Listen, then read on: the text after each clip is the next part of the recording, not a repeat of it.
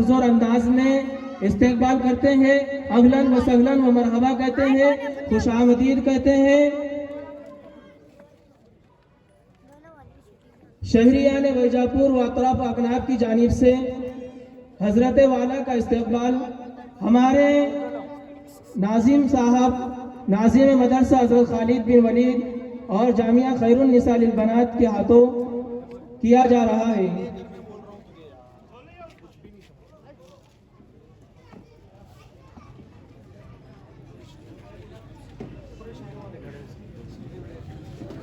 تمام ہی شہریان ویجاپور اور اطراف و اکناف کی جانب سے ہمارے آج کے پروگرام کے صدر محترم الحاج حضرت مولانا حذیفہ صاحب استانوی دامت برکاتہم العالیہ کا استقبال ہمارے اپنے چہیتے شہر ویجاپور کے ناظم مدرسہ حضرت خالد بن ولید ویجاپور کے ہاتھوں کیا جا رہا ہے۔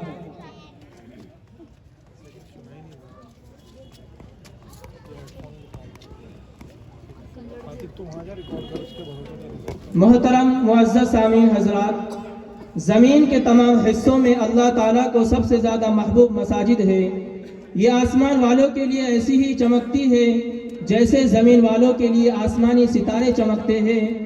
ان مساجد کو نماز، ذکر و تلاوت، تعلیم و تربیت، دعوت و تبلیغ اور دیگر عبادات سے آباد رکھنے کا مسلمانوں کو حکم دیا گیا ہے۔ مساجد مسلمانوں کی صرف تربیت گاہیں ہی نہیں بلکہ مساجد مسلم معاشرے کی عکاسی کرتی ہے، امن و امان، شانتی اور انسانیت کا پیغام دیتی ہے۔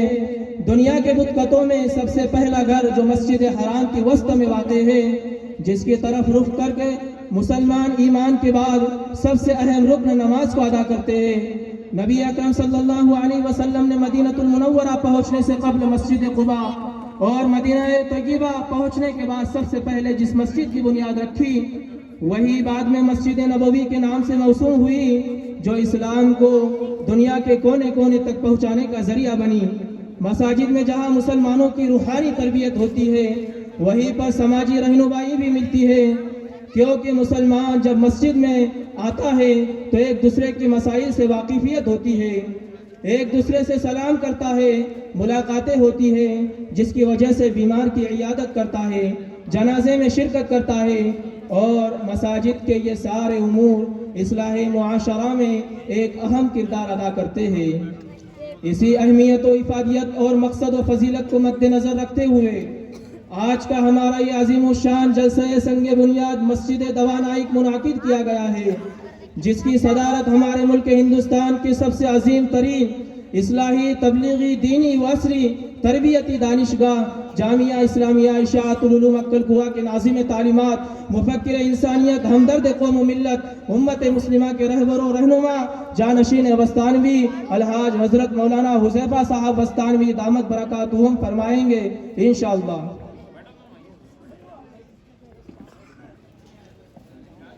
محترم سامعین حضرات، اب بلا کسی تاخیر کے ہم اس شخصیت کے حضور چلتے ہیں جس کے لیے اس محفل کو سجایا گیا ہے۔ ہر ایک کے دل میں ان سے ملاقات کی آرزو تمنا پیدا ہو رہی ہے، جو وسیع النظر، وسیع المطالعہ، مفکر انسانیت، ہمدرد قوم و ملت، آفتاب ہند، درس و تدریس اور خطابت کے عظیم شہسوار، اپنی آواز کو ہزاروں انسانوں کی دلوں کی دھڑکنوں تک پہنچانے والے اور ان گنت انسانوں کا محافظ ضمیر بن جانے والے ایک عظیم باپ کے عظیم فرزند، دنیاوی ایجوکیشن کو دینی تعلیم سے جوڑ کر امت مسلمہ کی خدمات کا بیڑا اٹھانے والے، جس سے میری مراد سرزمین اکل کوہ میں قائم ملک ہندوستان کی عظیم ترین اصلاحی، تبلیغی، دینی و تربیتی دانشگاہ جامعہ اسلامیہ اشاعت العلوم اکل کوہ کے ناظم تعلیمات الحاج حضرت مولانا حذیفہ صاحب وستانوی دامت برکاتہم ہیں۔ ہم حضرت سے ادباً درخواست کرتے ہیں کہ عظیم خطاب فرمایا جائے۔ ہم نعروں کے ساتھ حضرت کا پرزور انداز میں استقبال کرتے ہیں۔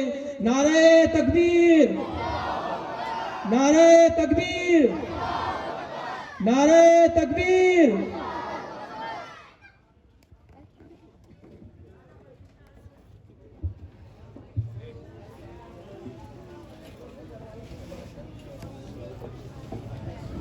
بسم الله الرحمن الرحيم الحمد لله رب العالمين والعاقبة للمتقين والصلاة والسلام على سيد الأنبياء والمرسلين سيدنا وحبيبنا وحبيب رب العالمين محمد وعلى آله وأصحابه ومن هدى بهديه إلى يوم الدين.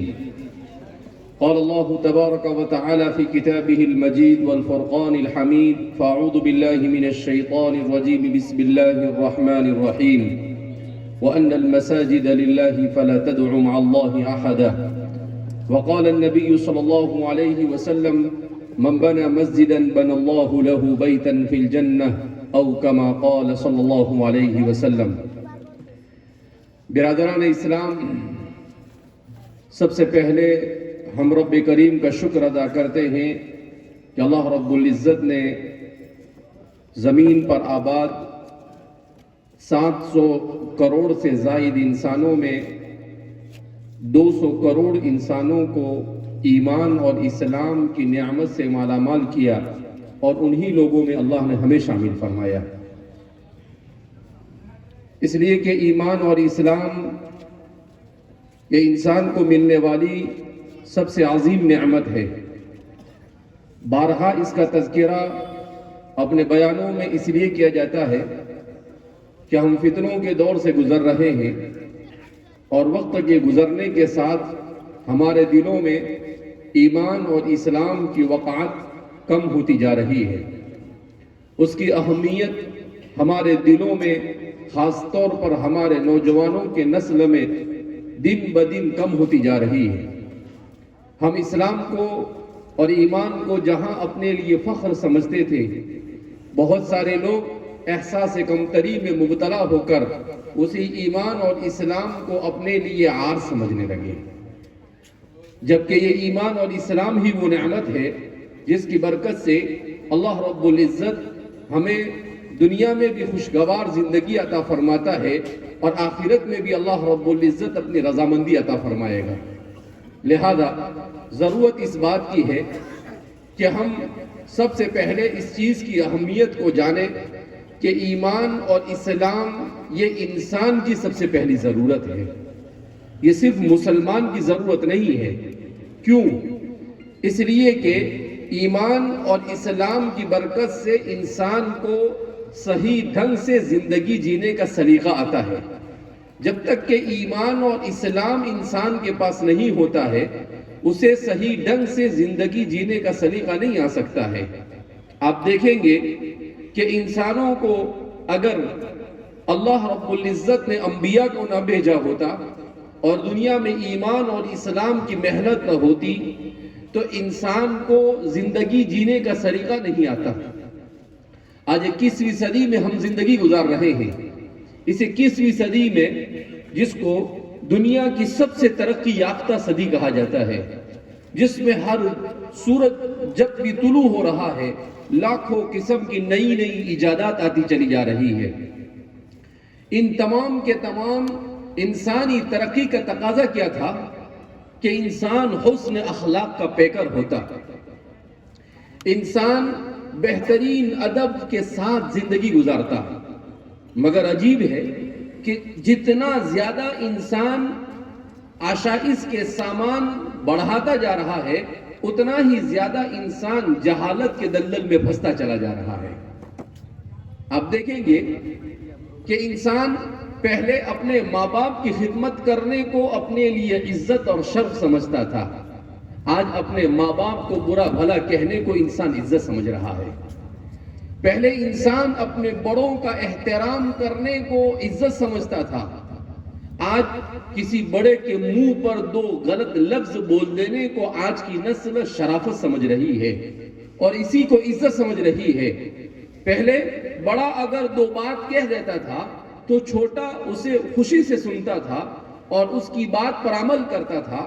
مگر آج کا انسان یہ سمجھتا ہے کہ مجھے کسی کی ضرورت نہیں ہے، میں صرف اپنے طور پر مجھے جو صحیح سمجھ میں آئے گا وہی کروں گا، چاہے وہ غلط ہو چاہے وہ صحیح ہو، مجھے کوئی روکنے والا نہیں ہے، مجھے کوئی ٹوکنے والا نہیں ہے. جہاں آپ نے اس کو غلط کام سے روکا کہ فوراً وہ آپ سے دشمنی پر اتر آتا ہے. ہم دیکھتے ہیں اسکولوں کے اندر میں تعلیم دی جا رہی ہے، مگر انہی اسکولوں کی اخلاقی صورتحال کا جائزہ لے تو آپ اور ہم سب جانتے ہیں کہ کیسی بدترین صورتحال ہے۔ ایک تو ہمارے اس تعلیمی نظام نے ہمارے اخلاق کا جنازہ نکال دیا تھا، اور موبائل نے آنے کے بعد ہمیں گویا کے قبرستان میں پہنچا دیا۔ ہماری تہذیب و تمدن ختم ہو چکی ہے، ہم ادب اور احترام اور رسپیکٹ اور کوئی چیز ہماری زندگی میں باقی نہیں رہی۔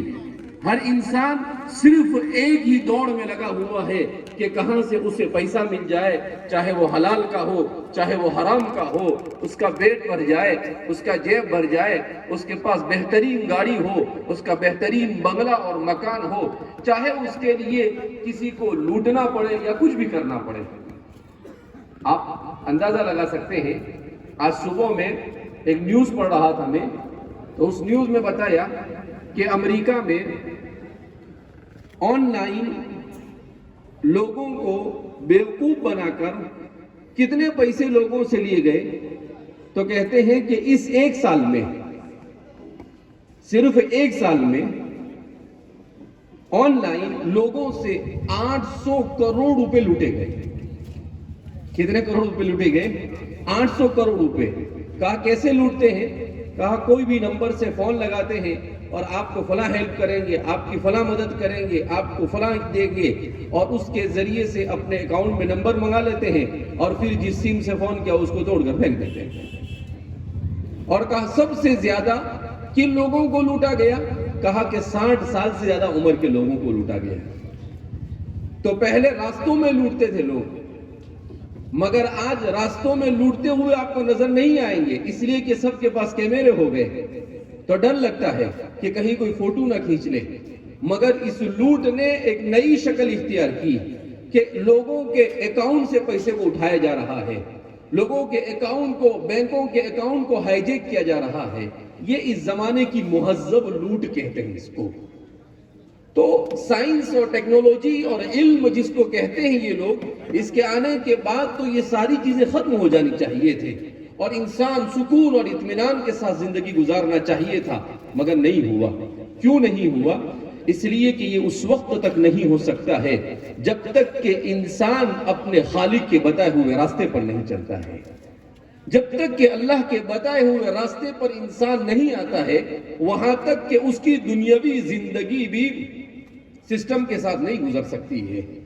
اس لیے میں اور آپ خوش قسمت لوگوں میں سے ہیں کہ اللہ رب العزت نے، ہم چاہے ایمان اور اسلام کی قدر نہیں کر رہے ہیں، مگر پھر بھی اللہ رب العزت نے ہمیں اس نعمت سے مالا مال کیا ہے۔ اس لیے ہم اللہ سے یہی کہہ سکتے ہیں، الحمدللہ الذی ہدانا لہذا وما كنا لنہتدی لولا ان ہدانا اللہ۔ قرآن کریم کہتا ہے کہ جب اہل جنت میں چلے جائیں گے، اس لیے کہ یہ دنیا کی زندگی تو بہت مختصر ہے، مرنے کے بعد کی زندگی کی بہت ساری منزلیں ہیں۔ انسان مرتا ہے، موت کے وقت سکرات کا عالم اس پر طاری ہوتا ہے، وہ ایک مستقل انسان کی زندگی کا ایک بڑا ہی پرخطر لمحہ ہوتا ہے۔ پھر اس کے بعد مر جاتا ہے، آنکھیں بند ہو جاتی ہے، لوگ تو دیکھتے ہیں کہ یہ سو رہا ہے، مگر اس کی قبر میں فرشتہ آ کر اس سے سوالات کرتا ہے، من ربک، من نبیک، ما دینک، تمہارا رب کون ہے، تمہارے نبی کون ہے، اور تمہارا دین کیا ہے۔ پھر اسی پر اگر آپ نے صحیح جواب دیے تو آپ کے لیے جنت کے دروازے کھول دیے جائیں گے، اور اگر آپ جواب نہیں دے سکے، آپ کہیں گے تو بڑے آسان جواب ہے، ہر مومن مسلمان دے دے گا، ہر ایک نہیں دے دے گا، وہی دے سکے گا جس نے اپنی زندگی کو ایمان کے تقاضوں کے مطابق گزارا ہوگا، اس کی زبان سے۔ کیوں کہ اللہ کے یہاں پر چیٹنگ نہیں چلتی ہے، ہمارے یہاں امتحانوں میں چیٹنگ چل جاتی ہے، مگر وہاں کوئی چیٹنگ نہیں چلتی ہے۔ اسی لیے حدیث پاک میں ہے، نبی کریم صلی اللہ علیہ وسلم نے ارشاد فرمایا کہ اللہ قیامت کے دن کہے گا کہ جو لوگ دنیا میں میرے لیے سجدہ کرتے تھے وہ لوگ سجدے میں چلے جاؤ، تو سارے لوگ سجدے میں جانے کی کوشش کریں گے، مگر جنہوں نے دنیا میں نمازیں نہیں پڑھی ہوگی ان کی پیٹھ تخت کی طرح ہو جائے گی۔ کس کی طرح ہو جائے گی؟ وہ ہزار کوشش کریں گے سجدے میں جائے، مگر وہ کیوں؟ اس لیے کہ دنیا ایسا سمجھتی ہے کہ آٹومیٹک نظام یہاں پر ہے، یہاں سے زیادہ آٹومیٹک نظام اللہ کے یہاں پر ہے۔ وہاں کیوں؟ اس لیے کہ ہر جگہ پر اللہ رب العزت واچ لگائے ہوئے ہیں۔ قرآن کریم میں اللہ خود فرماتے ہیں ما يلفظ من قول الا لديه رقیب عتید، کہ انسان کیا سمجھتا ہے، وہ کہیں بھی کچھ بھی بول دے وے، کچھ بھی کہہ دے وے، اس کو کوئی دیکھنے، کہا ما يلفظ من قول الا لديه رقیب عتید، کہ زبان سے ایک ایک لفظ تم نکال رہے ہو، ایک ریکارڈ کرنے والا فرشتہ ہے جو اس کا پورا ریکارڈ کر رہا ہے۔ قرآن کریم میں 15 پارے میں اللہ رب العزت ارشاد فرماتے ہیں، عجیب، اللہ رب العزت نے آیت ارشاد فرمائی جو آیت کریمہ ہمیں 21ویں صدی میں سمجھ میں آ رہی ہے، جس آیت میں اللہ کیا فرماتے ہیں کہ کل انسان الزمناه طائره في عنقه ونخرج له يوم القيامة كتابا يلقاه منشورا۔ انسان کیا سمجھتا ہے کہ کیا ہو رہا ہے دنیا میں، جو کرنا ہے کر لے، کچھ ہوتا نہیں ہے۔ اللہ فرماتے ہیں کل انسان الزمناه طائره، ہر انسان کے ساتھ ہم نے طائرہ لگا رکھا ہے۔ اب سوال پیدا ہوتا ہے کہ یہ طائرہ کیا ہے؟ ہمارے زمانے میں طائرہ یہ عربی زبان کا لفظ ہے، اس کے معنی آتے ہیں اڑنے والا۔ اس کے معنی کیا آتے ہیں؟ کسی زمانے میں ہمارے مفسرین کو اس کے سمجھانے میں بڑی تکلیف ہوئی، مگر آج ہمارے لیے اس کا سمجھنا آسان ہو گیا۔ کل انسان الزمناه طائره، اللہ فرماتے ہیں ہر انسان کے ساتھ ہم نے ایک ڈرون لگا رکھا ہے، وہ کیا کرتا ہے؟ تمہاری زندگی کی ہر چیز کو ریکارڈ کر رہا ہے۔ ہمارے انسان کے بنائے ہوئے ڈرون کے اندر میں اور اللہ کے ڈرون میں فرق ہے۔ انسان کا بنایا ہوا ڈرون اس کو چارجنگ کی ضرورت ہے، اس کو مشین کی ضرورت ہے، اللہ کے ڈرون کو کسی چیز کی ضرورت نہیں ہے، بلکہ اللہ نے اس فضا کو ایسا بنا دیا ہے کہ اس فضا میں انسان کی ہر چیز ریکارڈ ہوتی ہے۔ اسی لیے کہتے ہیں کہ آج کی سائنس میں ایسے کیمرے ایجاد کیے گئے ہیں کہ اگر کوئی آدمی کسی جگہ پر 1 گھنٹے تک بیٹھا رہا اور پھر وہ نکل کر چلا گیا، اس کے بعد وہ کیمرہ لائے گئے تو 1 گھنٹے تک اس نے یہاں پر بیٹھ کر کیا کیا، اس کے جانے کے بعد پچھلے 1 گھنٹے کا پورا ریکارڈ کر کے بتاتے ہیں۔ کہا ایسا کیسے ممکن ہے؟ کہا اس لیے کہ انسان کے بدن سے ہمیشہ شعاعیں اٹھتی ہے اور وہ فضا کے اندر میں کیا ہوتی رہتی ہے؟ موجود رہتی ہے۔ تو وہ کیمرہ ان تمام کے تمام کو جمع کر کر انسان کی ساری کے ساری معلومات مہیا کر دیتا ہے۔ جب ایک انسان ایسا کر سکتا ہے تو وہ انسان جس کو اللہ نے بنایا، اس کو بنانے والا خالق کیا نہیں کر سکتا ہے؟ اس لیے فرماتے ہیں کہ ہم جو کچھ بولتے ہیں، ہم جو کچھ کرتے ہیں، وہ ساری کے ساری چیزیں اس فضا کے اندر میں موجود رہتی ہیں۔ اسی لیے بعض سائنسدانوں نے یہ بھی دعویٰ کیا کہ حضرت بلال کی اذان بھی اس فضا میں آج بھی موجود ہے، رسول اللہ صلی اللہ علیہ وسلم کے خطبات بھی موجود ہے۔ ان کو یہ تو سمجھ میں آیا کہ یہ سب فضا میں رہتا ہے، مگر وہ فضا میں منتشر ہو جاتا ہے۔ تو وہ کہتے ہیں کہ جس دن ہم کامیاب ہوں گے کہ فضا میں منتشر ایک قسم کی آواز کو جمع کر دے، اس دن ہم تمہیں حضرت بلال کی اذان بھی سنائیں گے، ہم تمہیں حضور کے خطبات بھی سنائیں گے۔ تو میرے بھائیو، دوستو اور بزرگوں، اس سے ہمارے لیے سمجھنے کی بات یہ ہے کہ ہمیں اللہ جو فرماتے ہیں کہ قیامت کے دن ہر انسان کے نام اعمال کی اس کی پوری زندگی کی فلم اللہ اس کے سامنے لا کر کھڑا کر دے گا اور کہے گا کہ یہ ہے، تو نے پیدا ہونے سے لے کر موت تک کیا کیا، سب اپنی آنکھوں سے تو دیکھ لے۔ اسی لیے قرآن کریم میں اللہ فرماتے ہیں جب وہ دیکھے گا کہ چھوٹا چھوٹا عمل بھی میرا ریکارڈ کیا گیا ہے تو وہ کہے گا ما لهذا الكتاب لا يغادر صغيرة ولا كبيرة الا احصاها، اے اللہ یہ کیسا ریکارڈ ہے کہ کوئی چھوٹی اور بڑی چیز چھوڑی ہی نہیں گئی ہے، سب کچھ یہاں پر لا کر رکھ دیا گیا ہے۔ اس لیے انسان کے لیے سوچنے کا مقام ہے، وہ یہ سمجھتا ہے کہ کچھ نہیں ہوگا، بہت کچھ ہوگا، مگر انسان سب جاننے کے باوجود بھی انسان غفلت کی زندگی میں مبتلا ہے۔ کیوں؟ اس لیے کہ دنیا کی چیزیں اسے اپنی طرف کھینچتی ہے۔ اسی لیے ابھی میں راستے میں کتاب پڑھ رہا تھا عربی زبان میں، اس کتاب میں بڑی اچھی بات لکھی، انہوں نے لکھا کہ انسان اس وقت بہت سارے مسائل سے دوچار ہے، ان تمام مسائل کی وجہ کیا اور ان کا علاج کیا۔ تو انہوں نے لکھا کہ انسان کے ان تمام کے تمام مسائل کا علاج بھی ایک، اور انسان کے ان تمام کے تمام مسائل کی وجہ بھی ایک۔ کہا انسان جتنی بھی پریشانیوں میں اس وقت مبتلا ہے، چاہے روزی روٹی کی پریشانی ہو، چاہے خاندانی جھگڑوں کی پریشانی ہو، چاہے جو بھی جہالت ہو، جو بھی ہو، ان تمام کے تمام پریشانیوں کی وجہ بھی ایک، اور وہ وجہ ہے انسان کا نیکی کے لیے ہمت اور حوصلہ نہ کرنا۔ انسان نیکی کے لیے ہمت اور حوصلہ نہیں کرتا ہے، وہ قربانی دینے کے لیے تیار نہیں ہوتا ہے۔ وہ کیا سمجھتا ہے، ارے بھائی مسلمان ہے نا، مسلمان گھر میں پیدا ہوئے، شیطان اس کے دل میں بات ڈالتا ہے امت محمدیہ میں ایسے ہیں سیدھے جنت میں جانے والے ہیں، ادھر ادھر کہیں جانے والے نہیں ہیں، اپنے تو جنت کے علاوہ دوسرا کچھ ملنے والا ہی نہیں ہے۔ حضرت موسیٰ علیہ السلام کی قوم بنو اسرائیل بھی ایسا ہی سمجھتی تھی۔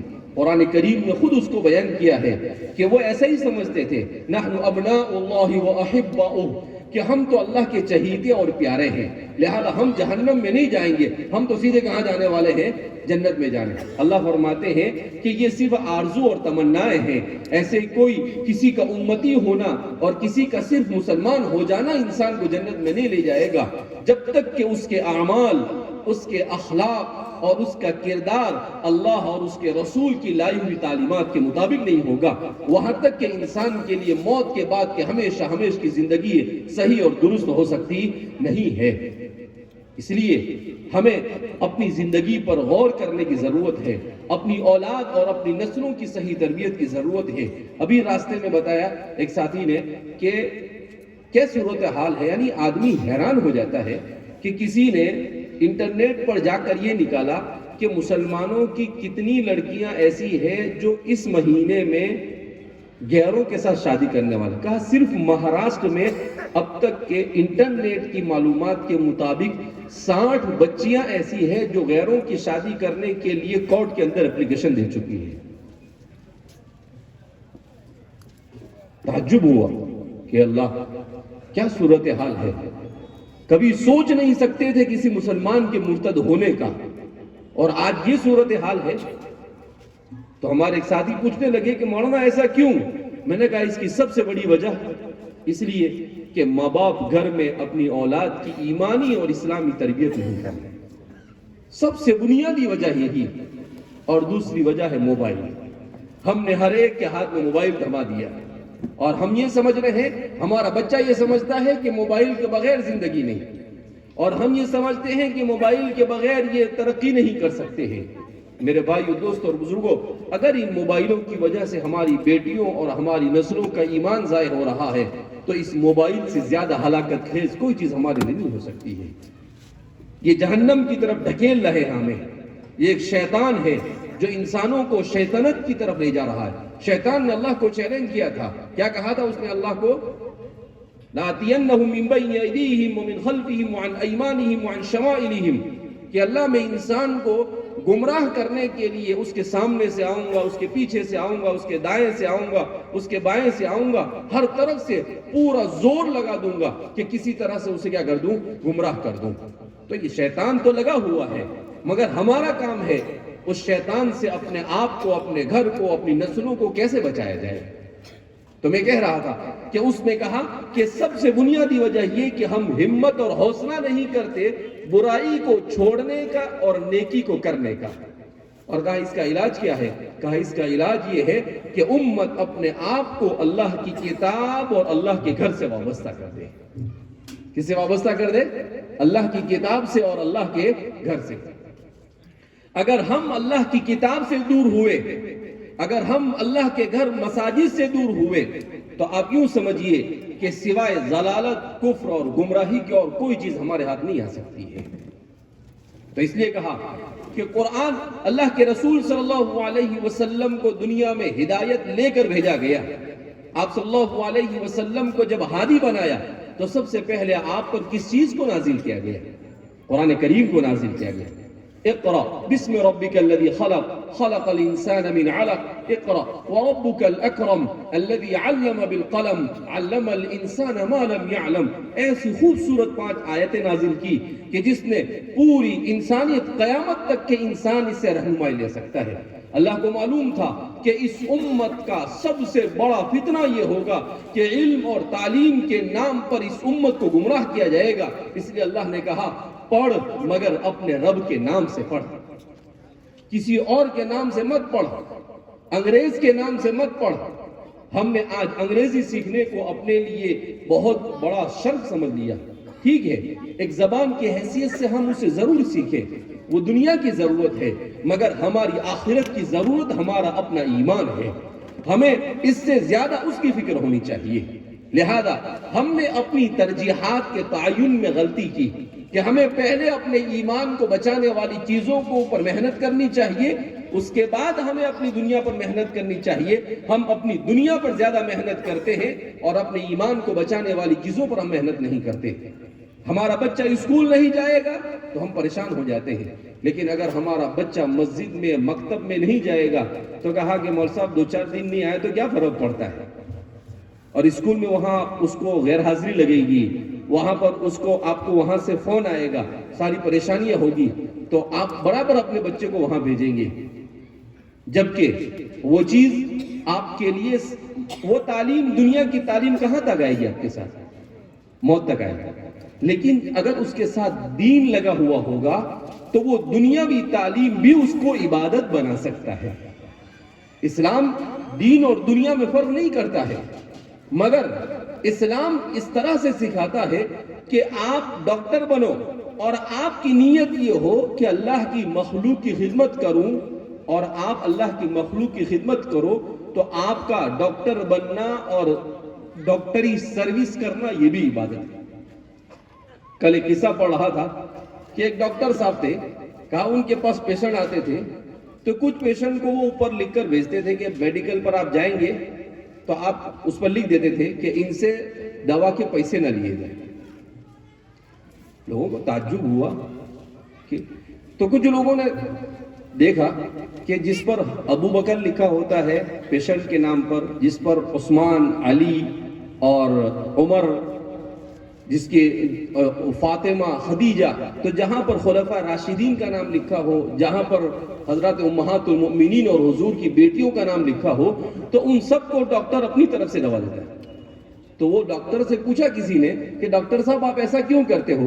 تو کہا کہ مجھے شرم آتی ہے کہ اللہ کے رسول کے, صحابہ کے نام اور حضور کے گھر والوں کے نام والے میرے پاس علاج کے لیے آئے اور میں ان سے پیسے لوں. تو کہا اس لیے میں ان سے پیسے نہیں لیتا ہوں, میں بھی پیسے نہیں لیتا ہوں اور میڈیکل والے کو بھی لکھ دیتا ہوں کہ بھئی اس کو میرے طرف سے علاج کر دیں. اس لیے فرماتے ہیں ایک ہے کثرت اور ایک ہے برکت. کثرت یعنی بہت زیادہ کسی چیز کا ہونا سکون کا باعث نہیں, برکت سکون کا باعث ہے. برکت کس کا باعث ہے؟ سکون کا باعث. اگر آپ کے پاس تھوڑا ہے مگر برکت والا ہے تو اس میں آپ کو سکون ملے گا. آپ کے پاس بہت زیادہ ہے مگر بغیر برکت والا ہے تو اس میں کبھی سکون نہیں ملے گا. اسی لیے کہتے ہیں کہ ایک آدمی کے ساتھ واقعہ پیش آیا, اس نے کوئی نیکی کی تو اللہ رب العزت نے اس کو خواب میں کہا کہ بھئی کثرت والا مال چاہیے یا برکت والا مال چاہیے؟ اس نے کہا کہ برکت والا چاہیے, کثرت والا نہیں چاہیے. تو کہا کہ کثرت والا چاہیے تو تھوڑا ملے گا. کہا کوئی بات نہیں, تھوڑا تو تھوڑا, لیکن کثرت والا نہیں چاہیے, برکت والا چاہیے. ٹھیک ہے. اب وہ مچھلی کا کاروبار کرتا تھا, وہ مچھلی لے کر آیا اپنے گھر پر ایک کھانے کے لیے. جب اس مچھلی کو کھولا تو اس مچھلی کے اندر سے موتی نکلا. وہ موتی لے کر سونار وہ ہیرے بیچنے والے کے پاس گیا تو اس نے کہا کہ یہ تو بہت قیمتی ہے, بادشاہ کے علاوہ اس کو کوئی نہیں لے سکتا ہے. تو بادشاہ تک پہنچا تو وہ مچھلی جو 10-20 روپے کی مچھلی تھی اس میں سے ایسا موتی نکلا کہ پوری زندگی کے لیے اس کو کافی ہو گیا. تو کہا کہ اس کو کہتے ہیں برکت. اللہ اس طرح سے انسان کو تھوڑے میں برکت دے دیتا ہے کہ انسان کے سارے مسائل حل ہو جاتے ہیں.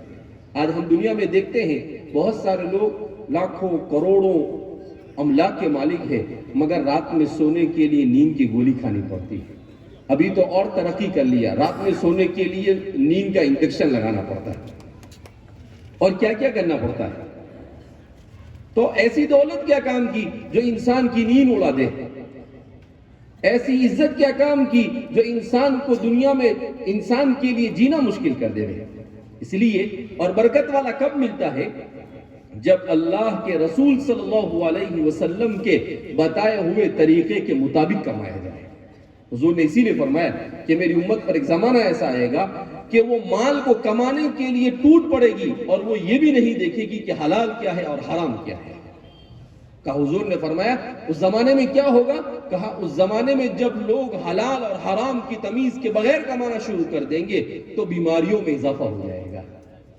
ہو رہا ہے ہمارے یہاں پر، اچانک موت میں اضافہ ہوگا، ہو رہا ہے ہمارے یہاں پر۔ اللہ کے رسول صلی اللہ علیہ وسلم وما ينطق عن الهوى ان هو الا وحی یوحى، حضور نے جو کچھ کہا وہ وحی سے کہا، اپنے دل سے نہیں کہا۔ قرآن کہتا ہے گفتہ اللہ بود گرچہ ذو حلقوم عبد اللہ بود، کہ ان کا کہا ہوا حقیقت میں اللہ کا کہا ہوا ہے، اگرچہ وہاں زبان اللہ کے رسول کی ہے مگر کلمات اللہ رب العزت کے ہوا کرتے ہیں۔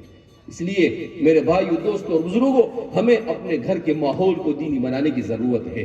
آج ہم یہاں پر جمع ہوئے ہیں تو میں معذرت بھی چاہوں گا کہ ہم نے کوشش کی کہ یہاں پر جلدی پہنچ جائے۔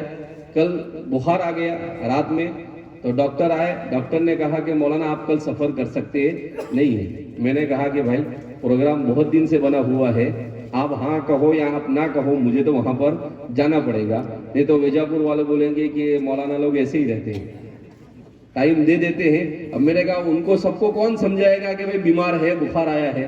میں نے کہا کہ بھئی آپ کا کام ہے دوا دینا، آپ دوا دے کے چلے جاؤ، باقی آگے کا کام ہم کریں گے۔ لیکن الحمدللہ آپ حضرات کی برکت سے طبیعت سنبھل گئی اور جمعہ پڑھ کے ہم نکلے بغیر، لیکن چونکہ راستے میں خود تاخیر ہو گئی اس لیے ہم تاخیر سے پہنچے۔ تو ہم ایک مقصد سے یہاں پر جمع ہوئے ہیں، اور وہ مقصد کیا ہے کہ دیکھو مسجد یہ اللہ کا گھر ہے۔ مسجد کس کا گھر ہے؟ خیر بقاء الارض مساجدها۔ اللہ فرماتے ہیں کہ دنیا میں زمین کے ٹکڑے بہت ہیں مگر زمین کا بہترین ٹکڑا وہ ہے جہاں پر اللہ کا گھر بنایا جائے۔ وَشَرُّ بُقَاءِ الْأَرْضِ أَسْوَاقُهَا، اور بدترین وہ جگہ ہے جہاں پر بازار اور مارکیٹ ہو۔ آج امت میں الٹا ہو گیا، مسجد سے بھاگنے کی کوشش کرتی ہے اور بازار میں بیٹھے رہنے کی کوشش کرتی ہے، جبکہ اس حدیث کا تقاضا یہ تھا کہ مسجد میں اپنا وقت زیادہ دینا چاہیے تھا اور مارکیٹ میں کم دینا چاہیے تھا۔ مگر ہمارے اوپر دنیا ایسی مسلط ہو گئی ہے کہ حضور نے فرمایا خیر بقاء الارض مساجد۔ کیوں مسجد سب سے اچھی جگہ؟ اس لیے کہ مسجد یہ بنا ہے سجدہ سے۔ سجدہ کے معنی عربی زبان میں آتے سجدہ کرنا، مسجد کے معنی کیا؟ سجدہ کرنے کی جگہ۔ نماز جو ہم پڑھتے ہیں اس پوری نماز کی روح کیا ہے؟ سجدہ۔ جیسے انسان کا جسم ہے اور اس کی روح ہے، تو انسان روح اگر نہیں ہے تو انسان کا جسم کسی کام کا ہے نہیں ہے۔ ایسے ہی اگر مسجد یعنی بستی ہے اور وہاں بس مسجد نہیں ہے تو وہ بستی مسلمان کی کسی کام کی نہیں، اس لیے کہ وہ روح کے بغیر کی وہ مردہ بستی ہے۔ میں نے جب پوری لسٹ ابھی پڑھی میں نے گاڑی کے اندر میں کہ وہ مرتد ہونے والی لڑکیاں کون کون سی ہے، تو وہ ایسے علاقوں سے تعلق رکھتی ہے ہمارے مہاراشٹر کی جن علاقوں میں مسلمان اقلیت میں ہے، جہاں مسلمان ایسی جگہ پر رہتے ہیں جہاں مسجدیں نہیں ہیں، ایسی جگہ پر رہتے ہیں جہاں مدرسے نہیں ہیں، ایسی جگہ پر رہتے ہیں جہاں پر دین کے کام نہیں ہوتے ہیں۔ ماحول بڑی خطرناک چیز ہے، اچھا ماحول ملتا ہے تو ہماری نسلوں کا ایمان بچتا ہے۔ اس لیے آج کے زمانے میں ہندوستان میں مسلمانوں کی ایک سب سے بڑی ضرورت یہ ہے کہ مسلمان اپنے علاقوں کے اندر میں اپنوں میں اپنے بچوں کے ساتھ رہے تاکہ ان کا ایمان محفوظ رہے۔ یہ بھی اس وقت کی ضرورت ہے، اس لیے کہ ہم جیسوں کے ساتھ رہیں گے، کیونکہ ہم 24 گھنٹے گھر میں نہیں رہ سکتے بچوں کے ساتھ، تو اب ہم اگر غیروں میں رہیں گے تو ہمارے بچے کہاں جائیں گے؟ ان کے بچوں کے ساتھ کھیلیں گے، ان کے بچوں کے ساتھ۔ ابھی ایک ویڈیو آئی تھی کچھ دنوں پہلے، کچھ بچیاں ہیں، ان سے پوچھا کہ مسلمان بچیاں ہیں، کہاں جاتی ہو؟ کہا فلاں اسکول میں جاتی ہے۔ کہا کیا سکھاتے ہیں؟ کہا کھاتے وقت یہ سلوگن پڑھنا، اور وہ پورے غیر کے سلوگن پڑھ کے سنا رہی ہے۔ تو یہ افسوس کا مقام ہے ہمارے لیے کہ ماں باپ کو یہ بھی نہیں معلوم کہ ہمارے بچے اسکول میں جا کر کیا کر رہے ہیں. اور آج جو نئی ایجوکیشن پالیسی آ رہی ہے، یہ نئی ایجوکیشن پالیسی جو ہے یہ ہمارے لیے بڑی خطرناک ہے. اس پوری پالیسی کے اندر میں دیومالائی چیزوں کو پڑھایا جائے گا، پوری تاریخ کو چینج کرنے کی کوشش کی جا رہی ہے. مگر مسلمان کو ڈرنے اور گھبرانے کی ضرورت نہیں، ہمیں ضرورت اس بات کی ہے کہ ہم اس کا مقابلہ کیسے کریں، ہم اپنے گھروں کا ماحول کیسے ایمانی اور اسلامی بنائیں، کیسے ہم اپنے نوجوانوں کو مساجد سے جوڑیں، کیسے ہمارے نوجوانوں کی دینی تربیت کی ہم فکر کریں. اگر ہم یہ کر لیں گے تو دنیا کی طاقتیں کچھ بھی کر لیں لیکن وہ ہمارا بال بیکا کر سکتی نہیں ہے. لیکن سب سے پہلے ہمیں اپنے اور اپنے نسلوں کے ایمان کو بچانے کے لیے کوشش اور فکر کرنے کی کیا ہے. اگر ہم بے فکر ہو جائیں گے تو معمولی سازشیں بھی ہمارے لیے ایمان کے ضائع ہونے کا کیا بن جائے گا، ذریعہ بن جائے گا. اس لیے مومن کیسا ہوتا ہے؟ بالکل چست ہوتا ہے. اسے ہمیشہ پتہ ہونا چاہیے کہ دنیا میں ہمارے خلاف کہاں پر کیا کیا جا رہا ہے اور ہمیں اس کا مقابلہ ایمان کی طاقت کے ذریعے سے کیسے کرنا ہے. قرآن میں اللہ نے کہہ دیا ہے وَمَكَرُوا وَمَكَرَ اللَّهُ وَاللَّهُ خَيْرُ الْمَاكِرِينَ کہ جتنے بھی دشمنان اسلام ہیں وہ بھی سازشیں کر رہے ہیں اور اللہ بھی ان کے مقابلے میں ان کی سازشوں کا توڑ تیار کر رہا ہے اور اللہ سے بہتر کوئی توڑ کرنے والا نہیں ہے. اگر ہمارا تعلق اللہ سے مضبوط ہوگا، اگر ہمارا تعلق قرآن سے مضبوط ہوگا، آج ہم قرآن ہی نہیں پڑھتے، نہ ہمارے گھروں میں قرآن پڑھا جاتا ہے، نہ قرآن سمجھا جاتا ہے، نہ قرآن پر عمل کرنے کی کوشش اور فکر کی جاتی ہے. تو ظاہر سی بات ہے کیسے چلے گا؟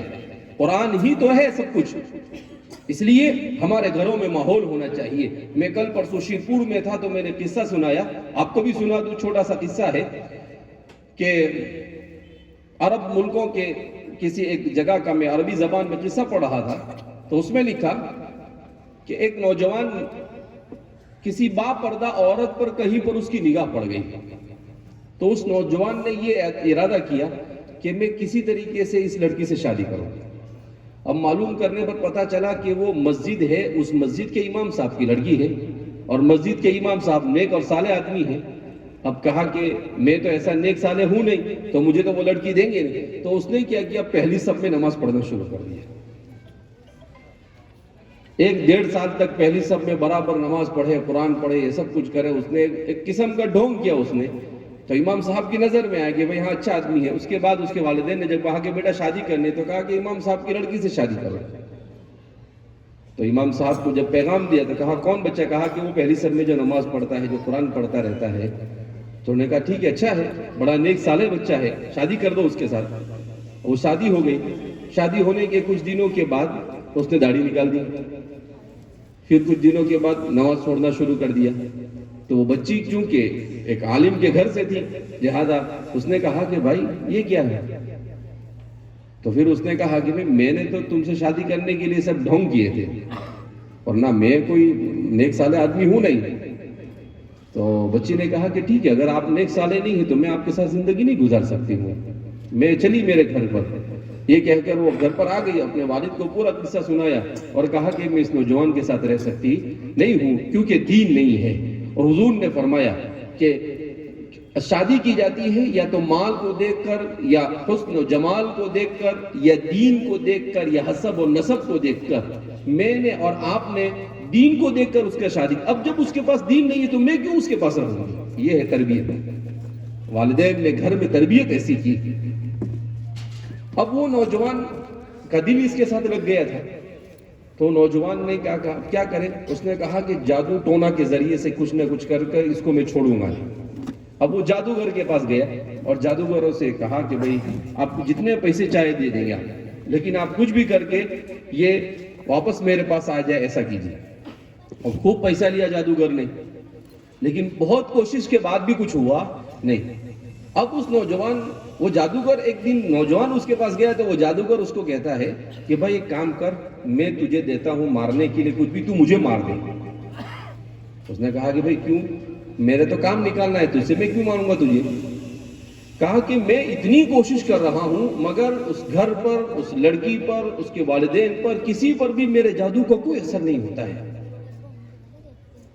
میں نے اپنے ہر قسم کے حربے استعمال کیے. اچھا، اس نوجوان نے کہا ٹھیک ہے میں اس کے بارے میں معلوم کرتا ہوں. تو اس نوجوان نے امام صاحب کے دوستوں کے ذریعے سے معلوم کرنے کی کوشش کی بھئی کیا کرتے ہیں آپ گھر میں. تو امام صاحب نے بڑی اچھی بات بتلائی. کہا کہ ہمارے گھر میں معمول یہ ہے کہ روزانہ سورہ بقرہ کی تلاوت کی جاتی ہے. کہا گھر کے سب افراد بیٹھ جاتے ہیں اور جتنے افراد ہیں سب 2-2 4-4 5-5 رکوع تقسیم کرتے ہیں اور روزانہ صبح میں فجر سے پہلے یا فجر کے بعد سب لوگ قرآن کی تلاوت کرتے ہیں فجر میں اور پھر اس کے بعد ہم اپنے کام کا آغاز کرتے ہیں. تو کہا کہ حدیث پاک میں اللہ کے رسول صلی اللہ علیہ وسلم نے ارشاد فرمایا جس گھر میں روزانہ سورہ بقرہ پڑھی جائے اس گھر پر نہ کوئی سحر نہ کوئی جادو نہ کوئی نظر اور نہ کوئی بری چیز اثر کر سکتی ہے. تو فرماتے ہیں کہ اس کی برکت سے اب ہم تعویذ کے چکر میں رہتے ہیں کہ ہمارے یہاں جادو ہو گیا. سب سے بہترین ہمارے تمام مسائل کا علاج اللہ کی کتاب ہے. ہم اپنے گھروں میں قرآن کو پڑھنا شروع کر دیں گے تو ہمارے آدھے مسائل نہیں پورے مسائل حل ہو جائیں گے. دین اور دنیا کے تمام مسائل حل ہو جائیں گے. تو اس لیے اپنے آپ کو کتاب اللہ سے جوڑنے کی ضرورت ہے. دوسرے نمبر پر مساجد کا جیسا کہ میں نے بتایا کہ جیسے نماز کی روح سجدہ ہے اسی کو لے کر کہا کہ مسجد وہ جگہ جہاں پر سجدہ کیا جاوے. اب جہاں پر اللہ کے لیے سجدہ کیا جاوے ظاہر سی بات ہے اس سے بہتر تو اور کوئی جگہ ہو نہیں سکتی ہے. اس لیے کہ خیر بقاع الارض مساجدها. حضرت عثمان بن عفان رضی اللہ تعالیٰ عنہ کے بارے میں آتا ہے کہ حضرت عثمان بن عفان رضی اللہ تعالیٰ عنہ نے دیکھا کہ مسجد نبوی ناکافی ہو رہی ہے. کیوں؟ اس لیے کہ چھوٹی سی تھی. اللہ کے رسول صلی اللہ علیہ وسلم کے زمانے میں مسجد حضرت عثمان کے زمانے میں بڑی تعداد میں لوگ مسلمان ہوئے مدینہ میں آ کر آباد ہوئے تو آپ نے مسجد کو بڑا کرنے کی کوشش کی. تو کچھ لوگوں نے کہا کہ حضور کے زمانے کی بنائی ہوئی مسجد کو آپ توڑیں گے. حضرت عثمان بن عفان رضی اللہ تعالیٰ عنہ نے کہا کہ اللہ کے رسول صلی اللہ علیہ وسلم نے ارشاد فرمایا من بنا مسجدا بنا اللہ لہ بیتا فی الجنہ کہ جو شخص اللہ کا گھر بنائے گا جو اللہ کا گھر بن رہا ہوگا اس میں تعاون کرے گا اللہ کی رضا کے خاطر اللہ اس کے لیے جنت میں گھر بنائے گا. حضرت ابو ہریرہ رضی اللہ تعالیٰ عنہ فرماتے ہیں کہ اگر کوئی چڑیا کے گھونسلے کے برابر بھی مسجد بنائے گا تو اللہ جنت میں اس کو پورا بنگلہ عطا فرمائے گا. تو ہمارے محدثین فرماتے ہیں کہ بھئی چڑیا تو چھوٹی سی آتی ہے اتنا سا اس کا گھونسلہ ہوتا ہے اس کے برابر بنانے سے کیسے ثواب ملے گا. تو کہا کہ ایک آدمی ہے اس کی حیثیت نہیں ہے کہ وہ 5,000 روپے دے سکے اس کی حیثیت اتنی ہے کہ وہ 500 روپے دے سکے. کہا اس نے اللہ کا گھر بن رہا ہے 500 بھی دے دیا تو اس کو بھی اللہ جنت میں بنگلہ عطا فرمائے گا. تھوڑا سا اپنی حیثیت کے مطابق جتنا حصہ لیا کیونکہ اللہ کے خزانے میں کمی تھوڑی ہے. اللہ کے خزانے میں کوئی کمی نہیں. جنت میں ایک جنتی کو جو سب سے ادنا جنتی ہوگا اس کو جو جنت دی جائے گی وہ ہماری اس دنیا سے 70 گنا بڑی ہوگی. جو سب سے لاسٹ درجے کا جنتی ہوگا اس کی جنت کتنی بڑی ہوگی ہماری اس دنیا سے 70 گنا بڑی ہوگی. کیوں؟ اس لیے کہ جنت میں میں اور آپ 5.5 5 اور 4 فٹ والے نہیں ہوں گے بلکہ وہاں پر تو آتا ہے کہ انسان حضرت آدم علیہ السلام کے قد کے برابر ہو جائے گا اور حضرت آدم علیہ السلام کا قد 60 فٹ کا. کہا جیسے ہی جنت میں جانے کا اعلان ہوگا انسان ایسا ہو جائے گا. اور سمجھ میں بھی آتا ہے اتنی بڑی جنت میں چھوٹا سا انسان کیا کرے گا. بڑا ہوگا تو جنت سے برابر فائدہ کیا کرے گا اٹھائے گا. تو اس لیے اللہ رب العزت انسان کو مواقع فراہم کرتا ہے مختلف مواقع پر کہ کس طریقے سے انسان کو موقع ملے اور اس موقع پر اللہ کے راستے میں خرچ کرے. کیوں کہ آپ کھائیں گے تو آپ کے پیٹ میں جائے گا کسی کو کھلائیں گے تو اس کے پیٹ میں جائے گا اور پیٹ میں سے کہاں پر جائے گا زمین میں. منہا خلقناکم وفیہا نعیدکم ومنہا نخرجکم تارۃ اخری. دنیا میں جتنی بھی چیزیں ہیں بنگلہ ہو گھر ہو کپڑا ہو مکان ہو گاڑی ہو یہ سب کے سب چیز کا آخری نتیجہ کیا ہوتا ہے مٹی. منہا خلقناکم اللہ فرماتے اسی سے ہم نے تم کو پیدا کیا. کس سے؟ مٹی سے. وفیہا نعیدکم اور اسی میں ہم تمہیں دوبارہ لوٹا دیں گے یعنی مر کر مٹی میں جائیں گے. ومنہا نخرجکم تارۃ اخری اور اسی سے ہم قیامت کے دن دوبارہ تم کو اٹھائیں گے. یہ تو اللہ کی قدرت کو اٹھائے گا اللہ رب العزت. تو اس لیے اس دنیا میں فتنوں کے اس زمانے میں بڑے حوصلے کے ساتھ زندگی گزارنے کی ضرورت ہے. یہ انسان کبھی کبھی حوصلہ ہار جاتا ہے. ہمارے اس زمانے میں لوگ ڈپریشن میں مبتلا ہوتے ہیں. کسی کو کیا کہتے ہیں پریشر کی بیماری ہو جاتی ہے, کسی کو اٹیک ہو جاتا ہے, کسی کو کیا ہو جاتا ہے. اس کی وجہ کیا؟ اس لیے کہ اللہ کے فیصلے پر ہم راضی نہیں رہتے, ہم اللہ پر بھروسہ نہیں کرتے. کچھ تھوڑا سا ہوا کہ ہم دل پر اس کو لے لیتے ہیں. مومن کا کام کیا ہے کہ اپنی سے ہو سکے اتنی کوشش کرے, اور اس کے بعد جو بھی کچھ ہو جائے کہا کہ والقدر خیرہ وشرہ من اللہ تعالی, مقدر میں تھا, اللہ نے جو کیا, نقصان ہوا تو نقصان, کوئی بات نہیں. ایمان تو نہیں گیا ہے نا, ایمان محفوظ ہے, کوئی بات نہیں. دنیا گئی, اللہ واپس دے دے گا. انسان کو اللہ رب العزت نے ایک نطفے سے بنایا. فرماتے ہیں کہ اللہ رب العزت انسان کو کس طرح سے بنانے پر قادر ہے, اور انسان کو اپنے پیدائش سے کس طرح سے سبق ملتا ہے. کہا کہ انسان کو نطفے سے کیسے بنایا کہ انسان کا نطفہ جب مادر رحم میں جاتا ہے تو اس چھوٹی سی مسافت کے وقت تقریباً 400 ملین ایسے اللہ رب العزت نے طاقت دی ہوتی ہے کہ اگر وہ 400 ملین ماں کے رحم کے اندر پہنچ جاوے تو ایک ماں کے پیٹ سے اللہ 400 ملین بچے پیدا کر سکتا ہے. تو فرماتے ہیں کہ جب وہ اتنی سی مسافت پر دوڑ, تو کہا کہ صرف ایک جرثومہ ایسا ہوتا ہے جو وہ مادر رحم میں جانے میں کامیاب ہوتا ہے, اور دوسرے سارے کے سارے تھک جاتے ہیں اور راستے میں مر جاتے ہیں. تو کسی کہنے والے نے کیا خوب کہا کہ جب تیری کوئی مدد کرنے والا نہیں تھا اور اس مسافت میں تو اکیلا تھا اور تو اپنی مادر رحم میں پہنچنے میں کامیاب ہو گیا, تو اب دنیا میں اتنے ساری مددوں کے باوجود تو کیوں پریشان اور بے چین ہو جاتا ہے. کہا جب تو پہلی جنگ میں کتنے لوگوں سے جیتا؟ 400 کروڑ, 400 ملین یعنی 40 کروڑ, 400 ملین لوگوں کے ساتھ تیرا مقابلہ ہوا. اس مقابلے میں بغیر کسی کے مدد کے تو جیت گیا. دنیا میں تو دوست ہوتا ہے, بھائی ہوتا ہے, بہن ہے, کتنے مدد کرنے والے ہیں. اتنے سارے لوگوں میں رہنے کے باوجود بھی انسان مصیبت میں. کہا کہ انسان اپنی اس تخلیق پر غور کر لے کہ جب میں بغیر نہ جان تھی, اس میں کچھ نہیں تھا, نہ دماغ تھا, نہ پاؤں تھے, نہ ہاتھ تھے, کچھ نہیں تھا, اور جب بھی 400 ملین لوگوں میں جیتنے میں کامیاب ہو گیا, تو اس دنیا میں تو اتنے سارے سہارے کے باوجود میں کیوں ٹینشن لوں؟ اور یہاں پر تو اللہ رب العزت نے میرے لیے سب کچھ مہیا کیا. اس لیے انسان یہ سوچ کر چلے کہ اللہ رب العزت نے اسے مسلمان بنایا, اور اللہ رب العزت نے اسے اپنی مخلوق میں سب سے بہترین مخلوق میں اسے پیدا کیا, اور اللہ نے اس دنیا میں اسی لیے بھیجا کہ اس دنیا میں نہیں رہنا ہے, اپنی آخرت کی تیاری کرنا ہے. یہ مرنا ہے نا ہم سب کو, مرنے کے بعد دوبارہ زندہ ہوں گے کہ نہیں؟ بیجاپور والوں معلوم ہے نا آپ کو, ارے مرنے کے بعد زندہ ہوں گے کہ نہیں؟ قرآن کیا کہتا ہے وَنُفِخَ فِي الصُّورِ, جب سور پھونکا جائے گا فَإِذَا هُمْ مِنَ الْأَجْدَاثِ إِلَىٰ رَبِّهِمْ يَنْسِلُونَ, تو سب قبروں سے اٹھیں گے اور اللہ کے دربار کی طرف آئیں گے. وہ ساری منزلیں ایسے ہی نہیں آسان ہوگی. ان منزلوں کو ایک صحابی کا واقعہ لکھا ہے کہ ایک صحابی کا انتقال ہونے لگا, تو ان کی والدہ وہاں پر تھی, وہ تھوڑی دور بیٹھی ہوئی تھی. اللہ کے رسول صلی اللہ علیہ وسلم کی خدمت میں پہنچے, تو اللہ کے رسول صلی اللہ علیہ وسلم ان کو کہنے لگے ابشر, تمہیں بشارت ہو. تو ان کی والدہ نے پیچھے سے کہا ابشر یا عبداللہ بالجنہ, کہا کہ جنت کی خوشخبری مل گئی تم کو, حضور نے دے دیا. تو اللہ کے رسول صلی اللہ علیہ وسلم نے کہا کہ بھئی یہ کون ہے اتنے جلدی سے فیصلہ کرنے والی؟ پھر اس کے بعد اللہ کے رسول صلی اللہ علیہ وسلم نے عجیب بات ارشاد فرمائی. حضور نے فرمایا ہو سکتا ہے کہ اس سے کوئی ایسا کام ہو گیا ہو جو لایعنی ہو, یا اس نے اپنے مال کو اللہ کے راستے میں کسی موقع پر ضرورت پڑی ہو اور خرچ نہ کیا ہو, اور وہی عمل اس کے جنت سے دور ہونے کا ذریعہ بن جائے. تو اس روایت سے ہمارے علماء نے دو باتیں نکالی. ایک بات تو یہ نکالی کہ اس کا مطلب یہ ہے کہ لا یعنی چیزوں سے بچنا چاہیے. آج ہماری پوری زندگی موبائل میں لا یعنی چیزوں میں گزر رہی ہے, اور حضور فرماتے ہیں کہ لا یعنی میں زندگی گزارنا کا مطلب جنت سے دور ہونا اور جہنم کے قریب ہونا ہے. تو اس لیے اپنے وقت کو صحیح جگہ پر خرچ کرنا.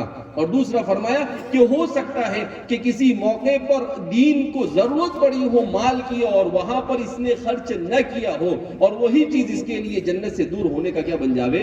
سبب بن جائے. تو اس لیے اگر اللہ رب العزت نے دیا ہے تو اللہ کے راستے میں دینا کوئی مشکل کا. قرآن تو کہتا ہے مثل الذین ينفقون اموالهم فی سبیل اللہ کمثل حبہ، کہ اللہ کے راستے میں ایک دوگو اس کی مثال ایسی ہے کہ جیسے گیہوں کا دانہ ایک زمین میں ڈالو تو اس سے 7 بالی نکلتی ہے اور ہر بالی میں 100 دانے ہوتے ہیں. ایک دانے سے کتنے دانے نکلتے ہیں؟ 700. کہا ایسے اللہ کے راستے میں ایک دو گے تو اللہ اس پر قیامت کے دن 700 دے گا. اور اگر اخلاص ہوگا واللہ یضاعف لمن یشاء تو اللہ 700 سے بھی زیادہ دے سکتا ہے. تو اسی لیے میرے بھائیو دوستو مال انسان کو بڑا محبوب ہوتا ہے. ہمارے والد صاحب ایک دوست ہے وہ عبداللہ الشلبی، تو وہ کہتے ہیں کہ جب بھی ان سے میں ملتا ہوں، کویت کے ہیں، کہتے ہیں کہ جیب سے پیسہ نکالنا اس وقت دنیا کا سب سے بڑا جہاد ہے. اس وقت دنیا کا پیسہ نہیں نکلتا انسان سے، سب کچھ نکل جائے. لیکن مومن ہے، مومن کیا سوچے کہ گھی کہاں گرا؟ کھچڑی میں. ارے جابر والے تو بولتے بھی نہیں ہیں، بول رہے ہیں کہ کھچڑی میں بولے تو کہیں اپنی کھچڑی نہ ہو جائے. ارے بھائی سمجھ میں آئی بات؟ کہتے ہیں نا کہ گھی کہاں گرا؟ کھچڑی میں. اب کھچڑی میں گرا تو کہاں جائے گا؟ اپنے ہی پیٹ میں جائے گا. تو اللہ کے راستے میں خرچ کرنے سے انسان کا نقصان نہیں ہے. اللہ فرماتے ہیں کہ یمحق اللہ الربا ویربی الصدقات. اللہ نے عجیب الفاظ استعمال کیے کہ اللہ ربا کو ملیامیٹ کرتا ہے اور صدقے میں اضافہ کرتا ہے. اب انسان کیا سوچتا ہے کہ ربا میں تو مجھے سود میں اور انٹرسٹ میں تو میں 100 دوں تو مجھے 110 ملتا ہے، اور اللہ کہتا ہے اللہ اس کے ساتھ نحوست کو جوڑ دیتا ہے. اور وَيُرْبِ الصَّدَقَاتِ اور صدقے میں اضافہ. صدقے میں انسان سوچتا ہے کہ میرے پاس 100 تھا، 1000 تھا، اس میں سے 100 دیا تو کتنا بچا؟ 900 بچا. لیکن وہ برکت لے کر آیا. وہ کیا لے کر آیا؟ برکت لے کر آیا. تو وہ کم نہیں ہوا اس کی وجہ سے. اسی لیے حدیث میں آتا ہے کہ صدقہ یہ بہت ساری مصیبتوں کو انسان سے دور کرتا ہے، بری موت سے انسان کو کیا کرتا ہے؟ نجات دیتا ہے. تو ایسے بے شمار فوائد اللہ کے رسول صلی اللہ علیہ وسلم نے بیان کیے. بہرحال یہ دنیا ہے، اللہ نے اس دنیا میں آزمائش کے لیے بھیجا ہے. اللہ کسی کو مال دے کر آزماتا ہے کہ اللہ کے راستے میں خرچ کرتا ہے یا نہیں. اللہ کسی کو بدن دے کر آزماتا ہے کہ وہ اللہ کی عبادت میں اپنے بدن کو خرچ کرتا ہے یا نہیں. اللہ کسی کو ذہن دے کر آزماتا ہے کہ وہ اپنی صلاحیت کو اللہ کے راستے میں خرچ کرتا ہے یا نہیں. تو مختلف صلاحیتوں کے ذریعے سے اللہ امتحان لے رہا ہے. ہم میں سے ہر ایک کو اس بات کو جاننے کی ضرورت ہے کہ اللہ نے مجھے کیا دیا ہے اور میں کیسے اسے اللہ کے راستے میں کیا کر سکتا ہوں؟ خرچ کر سکتا ہوں. بہرحال اللہ رب العزت ہم سب کے یہاں پر جمع ہونے کو قبول فرمائے اور اللہ رب العزت ہمیں دین کی صحیح سمجھ عطا فرمائے. اللہ ہمیں ایمان پر استقامت نصیب فرمائے. اس لیے کہ ایمان کے ساتھ گئے میرے بھائیو دوستوں اور بزرگوں تو کامیاب ہو گئے. اور اگر ایمان کے بغیر اس دنیا سے گئے تو مال ہو، دولت ہو، عزت ہو، شہرت ہو، سب کچھ ہو، مگر اگر ایمان سلب ہو گیا تو آپ یہ سمجھیے کہ ہمیشہ ہمیشہ کی زندگی کے اندر انسان کیا ہو گیا؟ برباد ہو گیا. انسان کامیابی ناکامی کی طرف چلا گیا.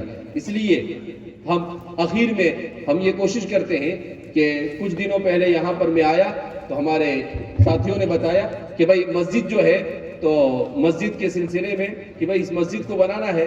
تو میں نے کہا کہ دیکھو ہم لوگ یہ سوچتے ہیں کہ کوئی دوسرا آئے گا اور آ کر بنائے گا. ہماری مسجد ہم اپنے شہر والے خود بنائیں. تو میں نے کہا آپ ایک پروگرام رکھو اور وجاپور کی مسجد وجاپور والے ہی بنائیں گے. الحمدللہ سلوڑ میں کئی سالوں پہلے ہمارے والد صاحب نے ایک مسجد بنائی. وہ ایسے ہی بنائی. کیسے بنائی؟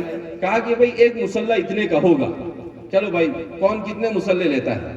تو پوری مسجد بن گئی. شولاپور میں ابھی ہمارے نندربار ضلع کے اندر مسجد بن رہی تھی تو بڑی مسجد تھی، تقریباً 2.5 کروڑ روپے کی مسجد. تو وہاں پر بیان کیا. اس سے پہلے ایک مرتبہ گئے تو آپ کا شہر تو بڑا ہے، ہمارا نندربار تو اس سے بھی چھوٹا ہے. تو وہاں کے لوگوں نے ایک ہی مجلس میں پہلے کچھ لوگوں نے 1 کروڑ روپے دیے اور بعد میں کچھ لوگوں نے 50 لاکھ روپے دیے. جمعہ میں بیان کیا اسی طرح سے اور کہا کہ بھئی ایک مصلی اتنے کا ہے. تو ایک آدمی کھڑے ہوئے کہا کہ مولانا 100 مصلی.